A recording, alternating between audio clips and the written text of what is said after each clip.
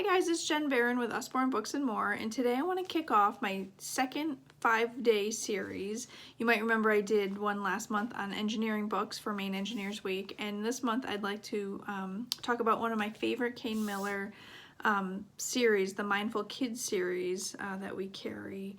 Do you have a kid in your life who's stressed or angry or frustrated?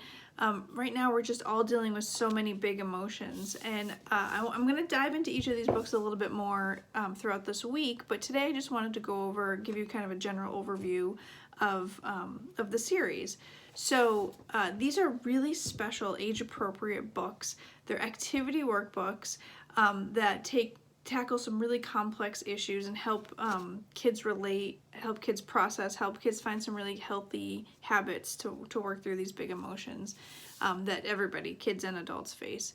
So they're a really great example of how Usborne Books really caters to kids and family needs, kids and parent needs. All four of the books in this series, we have 4 of them. They're Hello, Happy, No Worries, Be Brave, and Stay Strong. All 4 of these were written, you can see here, written with a child and family psychotherapist. So they're really well sourced, they're really current, and they're really well referenced workbooks. Each of them, I think, is a steal at $6.99, and they're generally recommended for kids about 8 and up. So these workbooks help kids work through to build up emotional intelligence and to learn how to recognize emotions, and then how to find healthy habits and healthy processes to go through to deal with those emotions. So it really works to get to the root of the feeling, and it helps provide some really great conversation starters to have between the child and the caregiver or the adult, to just really connect and bond and to help manage and just tackle these emotions.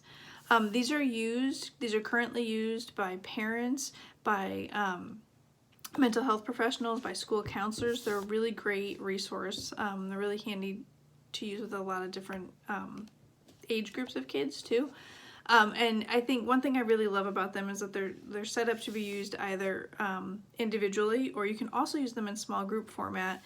Some of the activities really work well in small groups, which I think is really versatile, really great, a really great feature of these books. And then the other thing I really like is that they can be used either by the child alone individually, by a child and a parent together if you want to work through the book together, or just as a resource for the parent to sort of have starting conversation points and some activity ideas that you could work with your child without the book. You know, you just sort of read, get a sense of an approach, and then work with your child through that approach.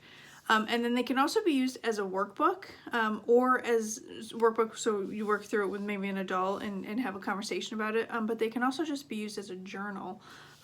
There's a lot of white space, a lot of writing, journaling prompts, a lot of activity prompts, so a child could easily move through these independently to process their emotions. So the other thing I wanted to point out, we're going to go into these a little bit more in detail all this week, but like this is the Hello Happy book. But every one of these books starts out in the very beginning with a 2-page introductory that introduces the topic to the book to the child. These 2 pages are written for the child, but it has some really important information about validating what they're feeling and kind of giving them some positive encouragement about how you're going to walk through navigating these emotions. But it also has some really great information for kids who might be near crisis or in crisis, which is just some really important information to pass along. And then the other thing that I really like is on the back of the book, there's a page that's just for grown-ups.